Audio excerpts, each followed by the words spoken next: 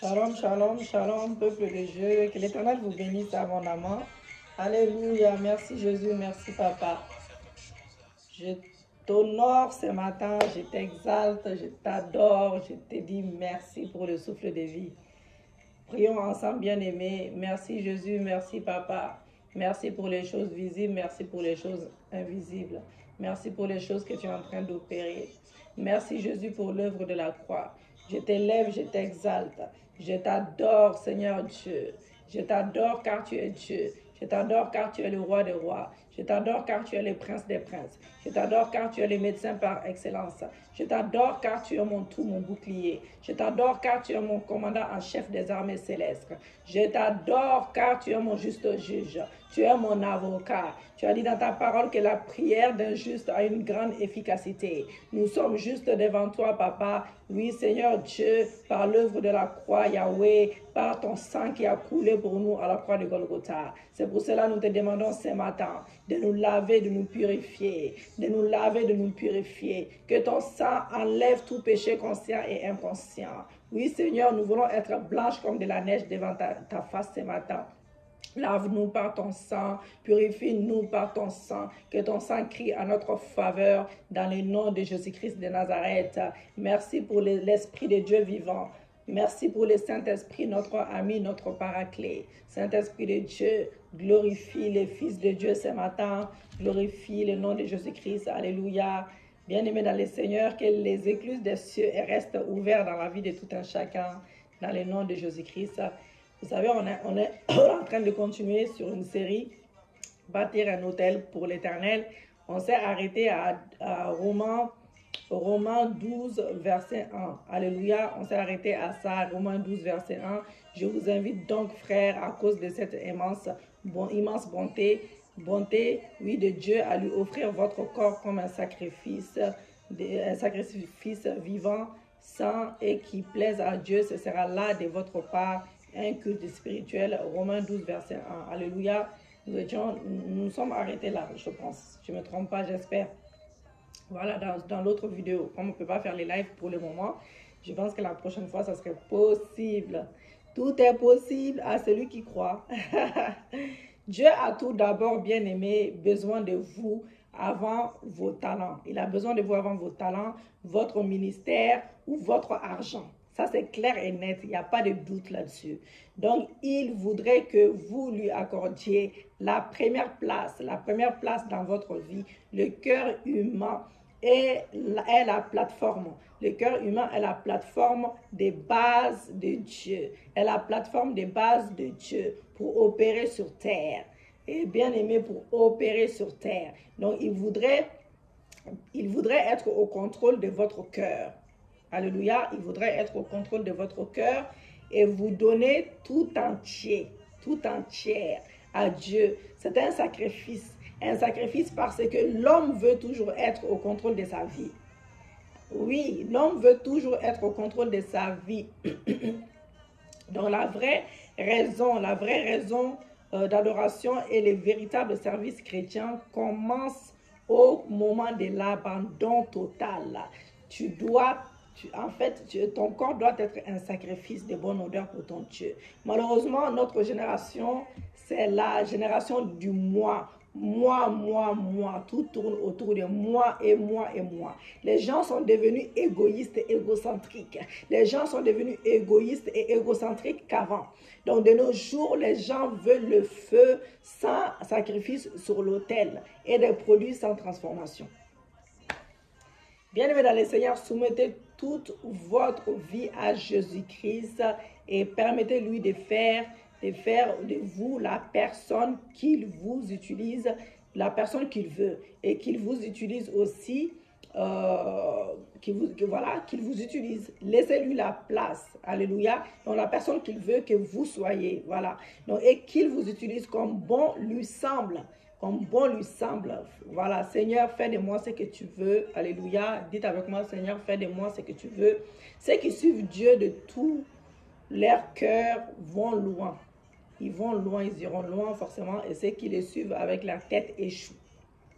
Donc, votre louange et adoration pour Dieu. Donc, l'autel d'or qui se trouvait dans les tabernacles de Moïse était un endroit où on brûlait un parfum de bonne odeur pour Dieu. Et chaque jour, la Bible révèle que les prières des saints montent vers Dieu comme un parfum. Apocalypse 8, verset 3. Votre autel a besoin d'être continuellement rempli des louanges d'adoration. Vos louanges doivent se focaliser sur les grandes choses que Dieu fait en vous et autour de vous, tandis que votre adoration, bien aimé, votre adoration doit se focaliser sur qui Dieu est. Donc, c'est triste que plusieurs enfants de Dieu remplissent leur autel de prières, de plaintes et de demandes infinies. Donc, oh Dieu, donne-moi ci, donne-moi ça. Vous devez devenir un accro de la louange et de l'adoration pour constamment jouir de la présence de Dieu dans votre vie. Alléluia. Alléluia. Donc, pourtant, tu es le saint, tu sièges au milieu des louanges d'Israël, le psaume 22, verset 3. Alléluia. Donc, Paul recommande que vous assaisonniez toutes vos prières d'action de grâce, Philippiens 4, verset 6. Et certaines personnes pensent que le meilleur moyen de faire descendre la présence de Dieu, c'est d'envoyer le tonnerre sur les démons ou de déraciner tous les démons qui sont dans les parages. Voilà. Donc non, une louange, une adoration de qualité constitue la clé maîtresse pour faire descendre bientôt, on va dire oui, pour faire descendre ton Dieu, pour faire descendre la gloire de Dieu sur ta vie. Donc ne gâchez pas votre précieux temps de prière à l'affût des démons. Voici une proposition de mots, voilà, que je vais vous donner. Donc, action de grâce, louange, bien aimé, et écoutez Dieu à 50%, lecture, dans la dévotion personnelle, ça c'est action de grâce, louange, adoration, écoute de Dieu à 50%, lecture, méditation et étude de la parole de Dieu à 25%, et par exemple, intercession, supplication, prière prophétique, combat spirituel, autre à 25% par exemple. Voilà, c'est des exemples que je vous donne. Donc, cela veut dire que si vous avez par exemple 1 heure de dévotion personnelle, vous devez investir 30 minutes dans une communion profonde avec Dieu par l'adoration. Profitez juste de sa présence et laissez que sa gloire submerge votre vie. Ne vous pressez pas de lui demander des choses. Votre adoration détermine votre poids spirituel et servir Dieu, c'est en fait votre attitude envers l'adoration, la parole, votre travail et les autres personnes. Donc, vos meilleurs dons. Donc, Dieu attend de vous les meilleurs dons ou encore, bien aimé, les meilleures offrandes. Pendant que vous étudiez les Écritures, vous allez vous rendre compte que Dieu a toujours besoin des meilleurs et des prémices, et de ses adorateurs. Donc, cela renvoie à la qualité de votre offrande et à l'attitude avec laquelle vous donnez à Dieu. Dieu a demandé à Abraham de lui donner ce qu'il avait de meilleur.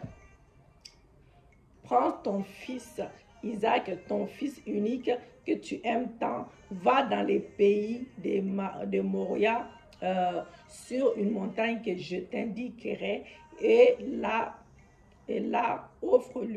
offre-le-moi plutôt en sacrifice.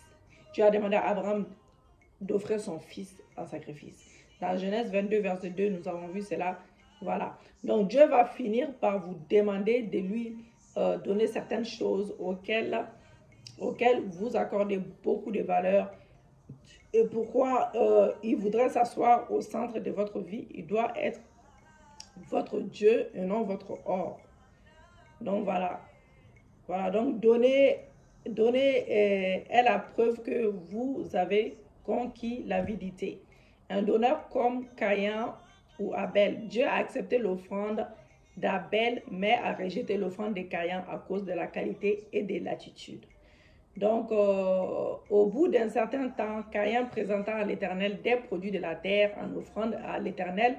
Abel, de son côté, présenta les prémices de son troupeau et en offrit les meilleurs morceaux. L'Éternel porta un regard favorable sur Abel et sur son offrande, mais pas sur Caïn et son offrande. Genèse 4, versets 3 à 5. Le Seigneur enfin, votre attitude en donnant à Dieu, bien aimé, votre attitude, le semeur plutôt, votre attitude en donnant à Dieu doit refléter l'exemple qu'il nous a révélé dans les Écritures. Donc, il a donné ce qu'il avait de meilleur, son Fils unique, Jésus-Christ, pour notre salut. On le sait tout ça. Donc, pourquoi ne pas l'adorer avec ce que nous avons de meilleur? Donc, étant les créateurs et les propriétaires de tout, il mérite que vous lui donniez l'honneur. Donc, un fils honore son père et un serviteur son maître. Si je suis père, où est l'honneur qui m'est dû? Si je suis maître, où est la crainte qu'on a de moi? Dit l'Éternel des armées, vous offrez sur mon autel des aliments impurs et vous dites, en quoi t'avons-nous profané? C'est en disant, la table de l'Éternel est méprisable. Malachie 1, verset 6 à 7. Pourquoi donner vos restes et ces choses dont vous n'avez pas besoin à Dieu? Savez-vous qu'il y a des gens qui donnent, bien aimé, comme offrande des pièces d'argent qui sont rejetées sur le marché? Donc c'est paradoxal et de voir que certaines personnes vont à l'église les mains vides pour remercier Dieu et présenter leurs enfants au Seigneur et de les voir de retour chez eux, dépenser d'énormes sommes d'argent pour recevoir leurs amis. De toutes les façons, bien aimé, Dieu n'est pas désespéré, il a tout ce dont il a besoin. Donc votre donnée ne lui profite pas, mais vous connectez plutôt à son océan d'abondance. Le psaume 50, versets 12 à 15. Le bon genre des dons provoque des bénédictions éternelles. Alléluia.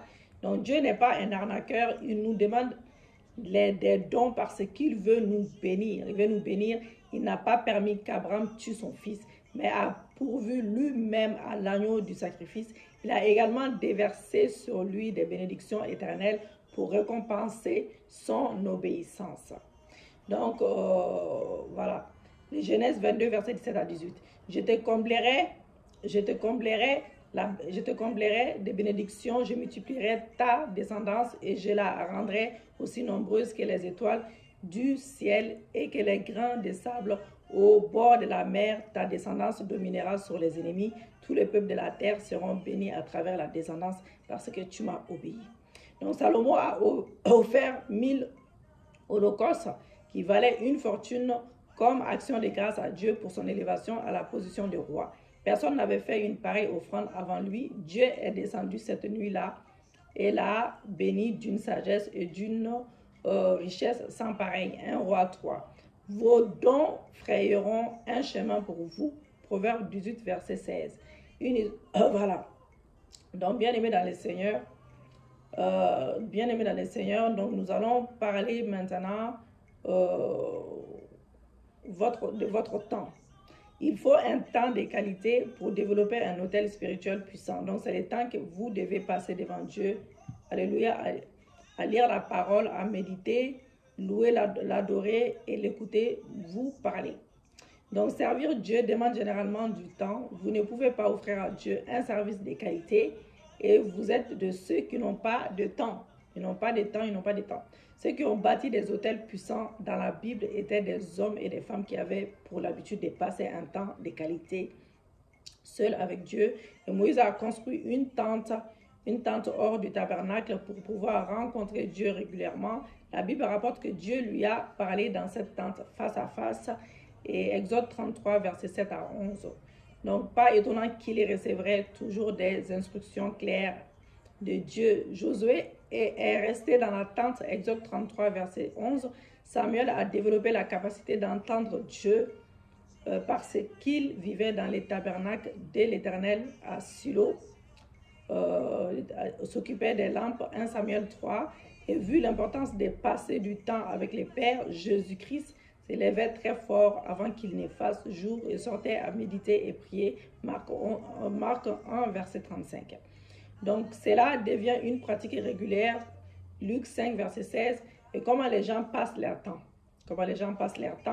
Passer du temps avec Dieu est un sacrifice parce qu'il y a tellement de choses qui nécessitent notre temps. Donc, les chercheurs ont mené une enquête sur 9 000 personnes dans 9 pays, les États-Unis, Angleterre, Canada, Allemagne, la France, Mexique, la Russie, la Corée, Espagne. Ils cherchaient à savoir comment un être humain moyen gérait son temps, considérait que l'espérance de vie est de 25 915 jours, soit 75 ans. Donc, ils ont découvert qu'un humain moyen passe 117 jours en entretien, des rapports sexuels 0,45%, 180 jours de fer, du sport 0,69, etc., etc. Donc, il y a tellement de... Voilà, donc on n'a pas trop de temps pour tout détailler. Donc, vous devez demander à Dieu de vous donner la grâce d'éliminer les gaspilleurs de temps de votre vie afin de vous engager pleinement dans la matérialisation de votre destinée. Donc, chacun de nous reçoit un paquet de Dieu de 24 heures par jour. Planifiez comment passer votre temps de manière judicieuse parce que le temps s'envoie en secondes. Donc, vous ne pouvez pas être avec les gens tout le temps et être toujours en contact avec Dieu. Apprenez à vous retirer pour puiser la force de votre autel. Vos dîmes. Votre dîme est l'un des sacrifices bien-aimés que Dieu voudrait que vous déposiez au quotidien sur votre autel. Le mot dîme vient de hébreu mazer et du grec décaté. Décate, donc qui tous les deux veulent dire un dixième. Payer la dîme renvoie donc à la pratique qui consiste à donner un dixième de son revenu à Dieu. Il nous donne cet ordre. Donc Malachie 3, verset 10, apportez à la maison du trésor toutes les dîmes afin qu'il y ait de la nourriture dans sa maison. Mettez-moi de la sorte à l'épreuve, dit l'Éternel des armées, et vous verrez si je n'ouvre pas pour vous les écluses des cieux et si je ne répands pas sur vous la bénédiction en abondance. Le but principal de la dîme est de pouvoir au service de Dieu. Nombre 18, verset 20 à 24. La paix de la dîme vise à l'assurer qu'il y a la provision pour prendre soin de l'œuvre de Dieu. Toutefois, il y a des personnes qui rejettent l'idée de payer la dîme sous la nouvelle alliance. Avant ça, la raison, c'est selon laquelle c'était un ordre institué sous la loi. Alléluia. Donc, qui, par conséquent, n'est pas obligatoire pour ceux qui sont sous la grâce. Le Seigneur Jésus-Christ a appuyé la paix de la dîme quand il a dit « Malheur à vous, scribes et pharisiens hypocrites, parce que vous payez la dîme de la menthe, de l'ânette et du cumin, et que vous laissez ce qui est plus important dans la loi, la justice, la miséricorde, la fidélité. C'est là ce qu'il fallait pratiquer, sans négliger les autres choses. » Malachie 23, verset 23. Certaines des personnes grandement respectées dans l'histoire payaient la dîme. Il est dit que... Alléluia. Donc, je vais éviter même les exemples pour gagner du temps. Donc, l'importance de la dîme, l'importance de la dîme bien-aimée, attendez.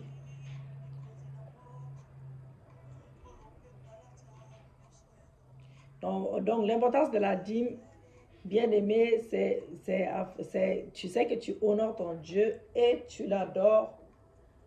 Tu l'adores et tu lui montres que tu adores ton Dieu et il te donne aussi un retour. Tu ne le fais pas juste parce que Dieu te donne un retour. Tu le fais parce que c'est selon les principes de Dieu.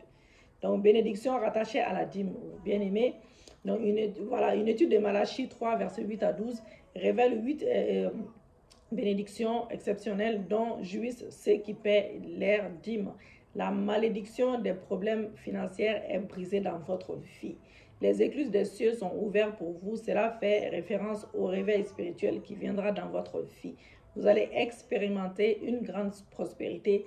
Payer la dîme est l'autoroute qui mène vers la prospérité financière. Alléluia.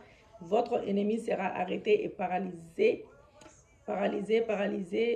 Personne ne portera atteinte à votre vie. Vos finances seront sécurisées. Payer la dîme, c'est la politique assurance du royaume. Voilà, donc votre famille sera protégée de la main de l'ennemi. Vous deviendrez un grand témoin de la puissance et des bénédictions de Dieu dans les nations. Et on va vous solliciter partout et Dieu va vous utiliser pour sa gloire. Donc, payer sa dîme est ce qui est dans l'alliance connectée à l'individu, à la provision surnaturelle. Alléluia. Donc, nous avons vu beaucoup d'exemples. Quand tu payes ta dîme, comment je peux dire ça? Tu vas expérimenter une provision surnaturelle inexplicable dans ta vie de temps en temps et même dans ton ministère. Donc voilà, voilà, c'est ça. Donc il faut rester fidèle, il faut rester fidèle, il faut rester fidèle à la dîme, à des prémices, à l'autel aussi et quoi d'autre.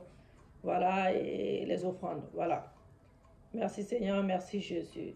Donc payer sa dîme, c'est très important. Ça ramène la prospérité financière, ça bannit les difficultés financières, ça te ramène une activation financière, la prospérité, voilà, donc vos prémices. Voilà, maintenant on va parler des prémices. Alléluia.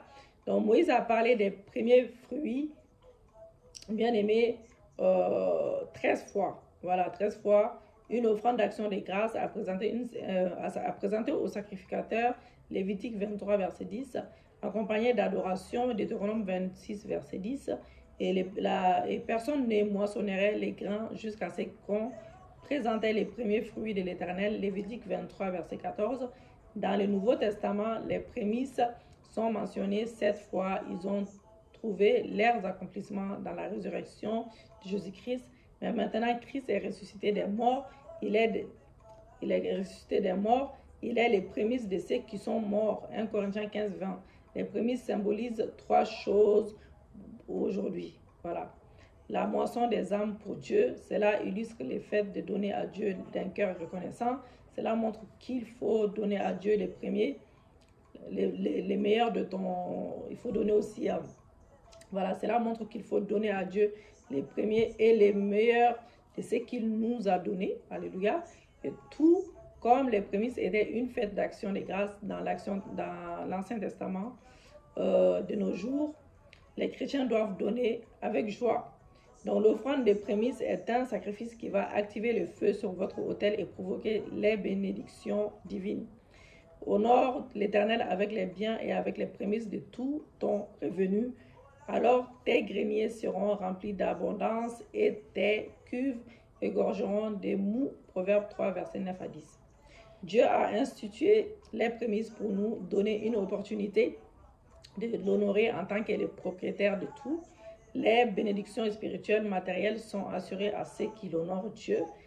Alléluia. Merci Seigneur, merci Jésus, merci Papa. Donc nous allons dépasser les témoignages, les trucs, les exemples. Alléluia. Merci Seigneur, merci Jésus, merci Papa. Nous allons parler plutôt de faites votre choix. Donc la Bible abonde des provisions infinies pour permettre à l'homme de mener une vie de domination effective, de confort et combler des bénédictions. Donc ici, même sur terre et dans l'éternité. Alléluia. Donc ce qui fait obstacle à la manifestation de tout cela a toujours été le refus de l'homme d'obéir tout simplement à la parole de Dieu. Donc l'obéissance attire toujours les bénédictions de Dieu, tandis que la désobéissance attire les malédictions. Donc vous serez abondamment bénis si vous choisissez de mettre en pratique la parole de Dieu qui vous est révélée. Que je conclue cette section avec ces paroles de Moïse, bien-aimé. Deutéronome 30, verset 15 à 16.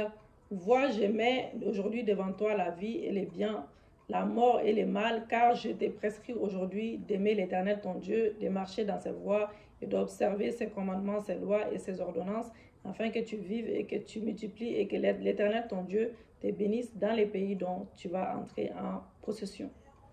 Alléluia.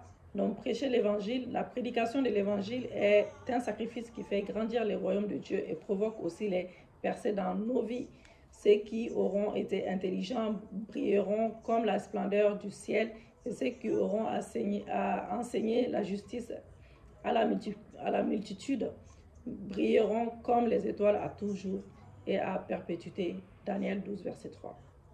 Donc la bénédiction qui se cache derrière la prédication de l'évangile n'est pas visible à tout le monde. Donc seuls les sages peuvent percevoir cela et à la recherche. Donc la Bible est claire à ce sujet. Tous ceux qui gagneront des âmes brilleront de la gloire de Dieu. Cela plutôt implique que si vous désirez des percées à l'infini, vous devez vous impliquer dans la propagation de l'évangile, gagner des âmes pour le royaume de Dieu. Vous devenez son premier centre d'attention.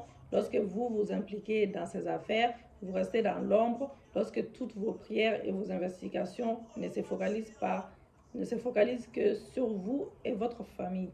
Donc, prenez position. Donc, ceux qui ont expérimenté la plus grande dimension de la puissance de Dieu de toute génération étaient des personnes qui avaient mis leur vie, temps, talent et trésors au service, l'expansion plutôt du royaume de Dieu. Alléluia. Donc, merci Seigneur, merci Jésus, merci Papa. Donc, vous devez prendre position en tant que vous êtes un enfant de Dieu véritable. Nous devons être impliqués dans l'expansion du royaume de Dieu. L'évangile est le seul espoir de cette génération. Nous devons continuer à les servir en ce monde qui périt sur plateau d'amour. Voilà. Point d'action, décidez de comment vous voudrez être impliqué dans la prédication de l'évangile et l'expansion du royaume de Dieu de façon pratique. Donc, payez-vous vos dîmes, honorez-vous Dieu avec vos prémices, sinon décidez de quand vous allez commencer à les faire. Alléluia. Merci Seigneur, merci Jésus. Donc, nous allons lire Proverbe 18, verset 21. Ces décrets prophétiques doivent, nous allons parler des prophétiques maintenant, ces décrets prophétiques doivent être faits à la fin à la fin de nos prières ou même au milieu comme vous voulez. Donc la mort, Proverbe 18, verset 21, la mort et la vie sont au pouvoir de la langue, quiconque l'aime en mangera les fruits. Donc il est écrit en gros caractère, il est écrit en fait bien aimé que dans le chapitre 1 de Genèse que Dieu dit, il vit que cela était bon. Il appela à l'existence ce qu'il voudrait voir.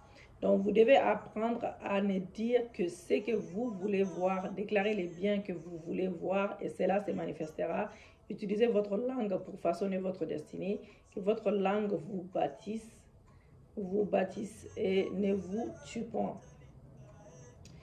Je décrète et déclare par l'autorité de Dieu très haut que je suis plus que vainqueur. Je suis plus que vainqueur par le sang de Jésus au nom de Jésus-Christ de Nazareth.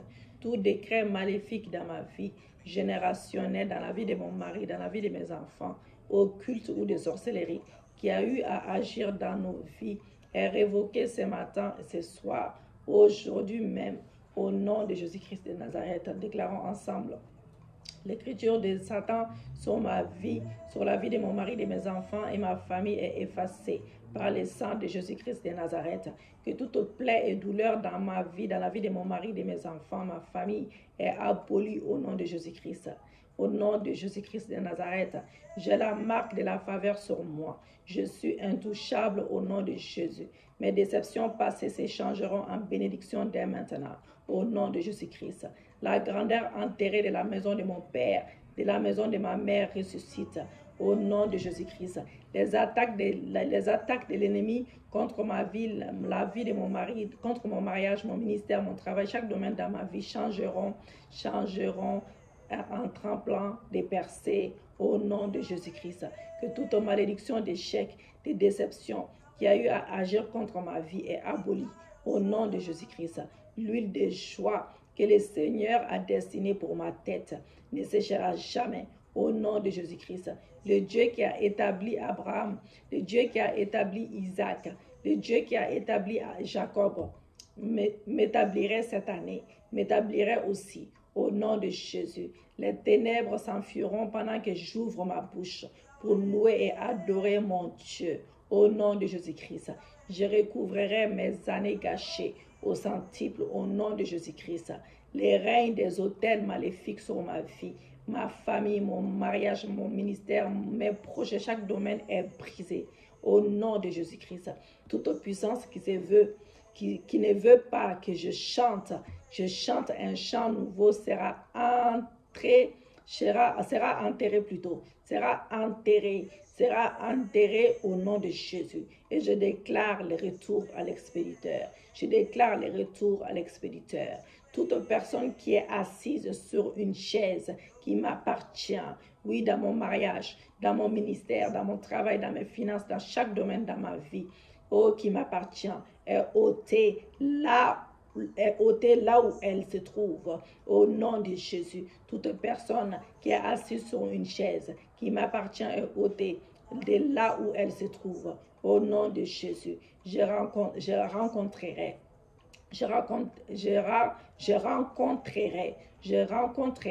des aides, je le déclare, je le confesse, des destinées au bon endroit et au bon moment, au nom puissant et glorieux de Jésus-Christ. Ma saison de pleurs est terminée. Je déclare que ma saison de pleurs est terminée. Je rirai de mes ennemis. Je rirai de chaque ennemi de ma vie. Au nom de Jésus-Christ, je serai favorisé. Je serai favorisé partout où j'irai. Je serai favorisé partout où j'irai. Au nom de Jésus, mes attentes ne seront point anéanties. Au nom de Jésus-Christ, j'achèverai cette année en bonne santé, riche, forte et dans l'abondance.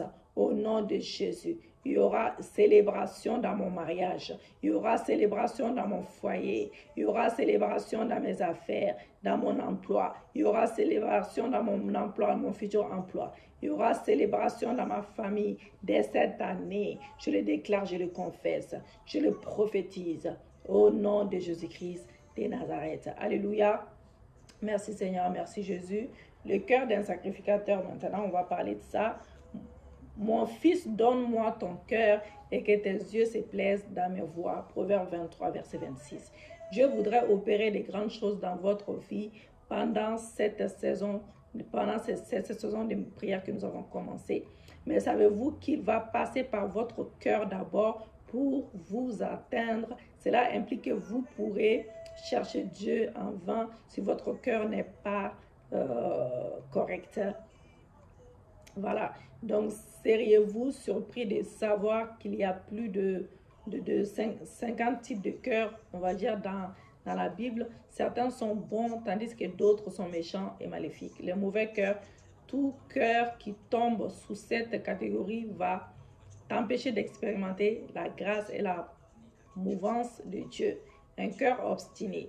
Deutéronome 2, verset 30. Un cœur orgueilleux. Deutéronome 8, verset 14. Proverbe 101, verset 5. Ézéchiel 28, verset 5 à 17. Un cœur méchant. Deutéronome 15, verset 9. Proverbe 6, verset 14 à 18. Jérémie 4, verset 14 à 18. Un cœur de pierre. Ézéchiel 11, verset 19. 36, 26. Un cœur pervers. Proverbe 11, verset 20, 12, 18. Un cœur incirconcis. Ézéchiel 44, 7. Jérémie 9, verset 26. Acte 7, verset 51. Un cœur noir et insensé. Romains 1, verset 21. Un cœur malicieux. Proverbe 28, verset 14, 22, 15. Romains 1, verset 28. Un cœur trompeur. Jérémie 14, 14. 17, 9. Marc 7, verset 21 à 23. Un cœur dur. Deutéronome 15, verset 17. Les psaumes 95, verset 8. Hébreux 3, verset 8. Un cœur immoral. Ézéchiel 6, verset 9. Osée 4, verset 12. Un cœur diabolique. Jean 13, verset 2. Acte 5, verset 3. Un cœur de convoitise. Jérémie 22, verset 17, 2. Pierre, 2 Pierre aussi, voilà. Donc Jérémie 22, verset 17 et 2 Pierre également. Un cœur amer. Et donc Ézéchiel 27, verset 31. Hébreux 12, verset 15. Jacques 3, verset 14. Un cœur maléfique. Jérémie 3, verset 17, 7 et 24. 11, 8, 16, 12. Ok, Hébreux 3, verset 12.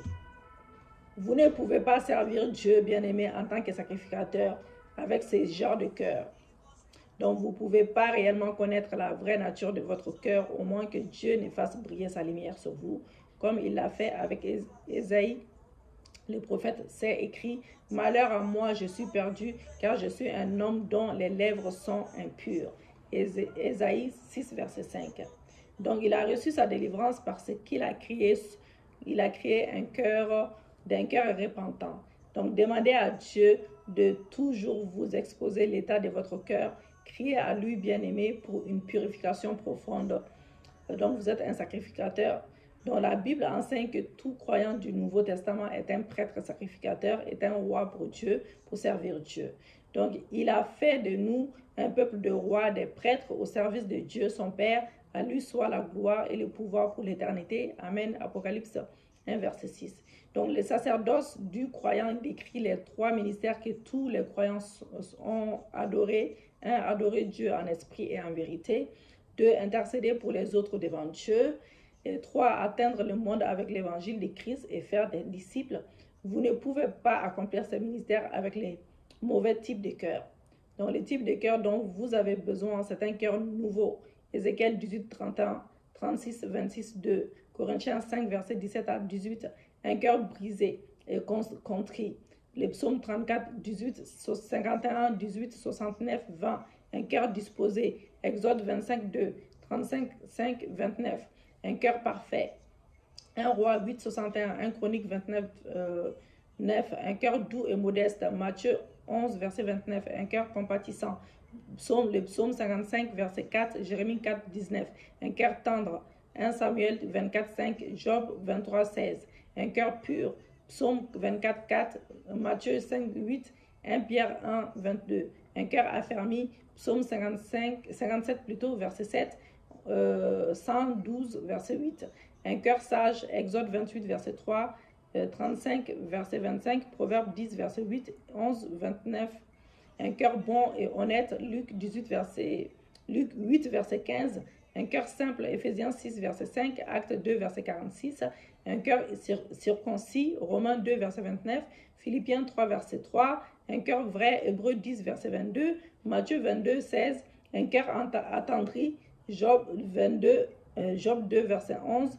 5, 1, 7, 5, 14, 8. Voilà. Examinez votre cœur et passez du temps devant Dieu pour scanner votre cœur et permettez au Saint-Esprit de sonder vos pensées, vos sentiments, vos ambitions, vos désirs et vos croyances. Et répentez-vous là où il vous convaincra.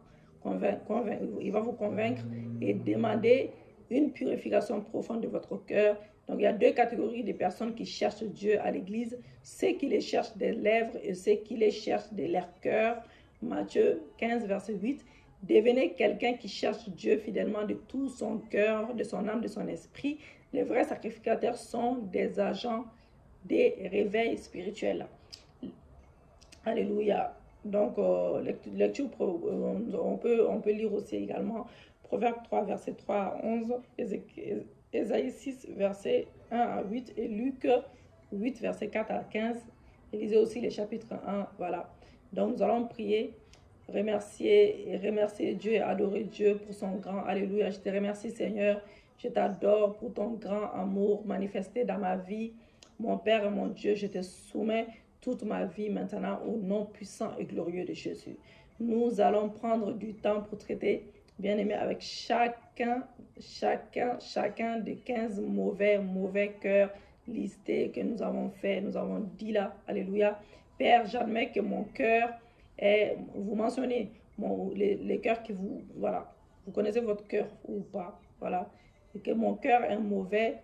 Alléluia. Père, pardonne-moi d'avoir permis, Seigneur Dieu, d'avoir un cœur qui ne te glorifie pas, Seigneur Dieu. Oui, un cœur qui domine. Je te laisse toute la place, Papa. Viens dominer totalement dans mon cœur. Change mon cœur. Donne-moi un nouveau cœur si j'ai besoin. Père, détruis la puissance des ténèbres dans mon cœur. Détruis l'orgueil dans mon cœur. Détruis dans mon cœur tout ce qui ne te glorifie pas. Dans le nom de Jésus-Christ. Père, que le sang de Jésus et le feu du Saint-Esprit purifient mon cœur. Purifie mon cœur mauvais, mon cœur qui ne te glorifie pas, dans le nom de Jésus. Seigneur Dieu, purifie mon cœur, change mon cœur, car j'ai un cœur obstiné. Je donne des exemples. J'ai un cœur obstiné, j'ai un cœur orgueilleux, un cœur méchant, un cœur de pierre, un cœur pervers, un cœur incirconcis, un cœur noir, insensé, un cœur malicieux, un cœur trompeur, un cœur dur, un cœur immoral, un cœur diabolique, un cœur de convoitise, un cœur amer, un cœur maléfique. Seigneur Dieu, donne-moi un nouveau cœur qui te glorifie. Dans le nom de Jésus-Christ de Nazareth. Merci Seigneur, merci Jésus, car tu l'as fait. Merci Jésus, merci Yahweh. Alléluia.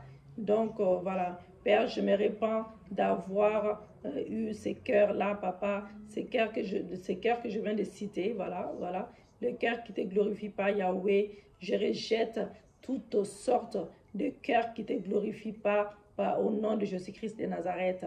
Renouvelle ma pensée. Mon Père, libère-moi par ton feu purificateur pour détruire la forteresse de ces cœurs mauvais que j'ai, Seigneur Dieu. Oui, libère ma pensée avec ton feu. Toi, Esprit de Dieu vivant, enlève tout ce qui ne glorifie pas dans mon cœur. Enlève tout ce qui ne glorifie pas dans mon âme, dans mon esprit. Au nom puissant de Jésus-Christ, que tout ce qui ne glorifie pas la Seigneurie de Jésus sort de ma pensée maintenant. Sort de mon corps, sort de mon âme, sort de mon cœur. Au nom de Jésus-Christ de Nazareth. Alléluia. Merci Seigneur, merci Jésus. Je lis tout esprit maléfique qui contrôle cette pensée. J'ordonne à toute pensée mauvaise, toute pensée, esprit mauvais de s'en aller maintenant au nom puissant de Jésus-Christ. Je détruis la puissance, ta puissance par le feu du Saint-Esprit. Tout ce qui ne glorifie pas la Seigneurie de Jésus-Christ dans mon cœur, dans mon âme, dans mon esprit, dans le nom de Jésus-Christ de Nazareth. Alléluia. Alléluia.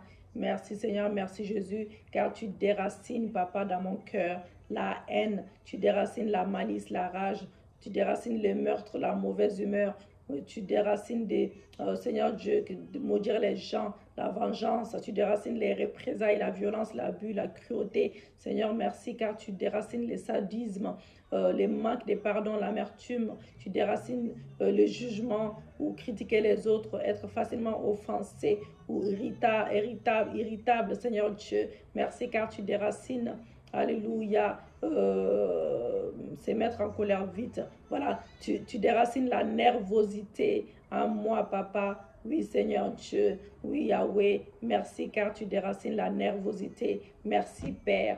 Merci, Yahweh. Tu déracines avec l'autorité de Jésus-Christ de Nazareth. Oui, Seigneur Dieu.